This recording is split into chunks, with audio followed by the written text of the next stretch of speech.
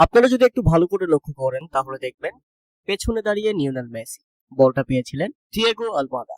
সবাই ভেবেছিল তিনি শটটি করবেন, অস্ট্রিয়ার গোলরক্ষকও প্রস্তুত ছিল, কিন্তু কে জানতো মেডিনার ক্রসে অবিশ্বাস্যভাবে ডামি করবেন থিয়াগো আলমাদা। হ্যাঁ, তিনি বলটাকে ছেড়ে দিলেন, নিজের দু পায়ের মাঝখান দিয়ে বলটি বেরিয়ে যায়। শট না নিয়ে তিনি মেসির জন্য ছেড়ে দিয়েছেন, কারণ তিনি জানতেন মেসি সেই শটটা নেওয়ার জন্য আগে থেকেই প্রস্তুত।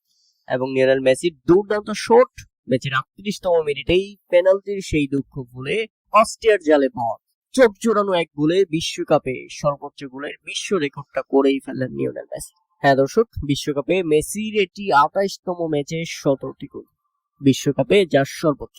শুধু এখানেই শেষ নয়, বিশ্বকাপে টানা 6 ম্যাচে গোল করার রেকর্ডেও ভাগ বসিয়েছেন লিওনেল মেসি। তবে থিয়াগো আলমাদার অবিশ্বাস্য ডামি, যেটা চমকে দিয়েছে পুরো ফুটবল বিশ্বকে। কেউ জানতো না, কেউ কল্পনাও করতে পারেনি এই শটটা লিওনেল মেসি নেবেন।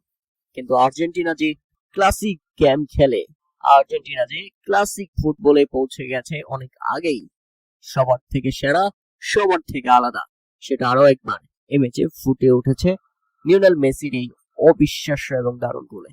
এরপর ম্যাচের একদম শেষ মিনিটে এটা কি করলেন লিওনেল মেসি, আরো একবার জোড়া গোল।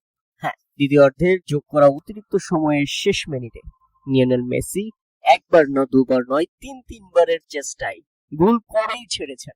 মানে গোল করবেন তো করবেনই, সেটা আর ছাড় দেওয়া যাবে না। শেষ পর্যন্ত ছাড় পায়নি অস্ট্রিয়া, এবং তাতে 2-0 গোলের ব্যবধানে দুর্দান্ত ভাবে জয় তুলে নেয় আর্জেন্টিনা।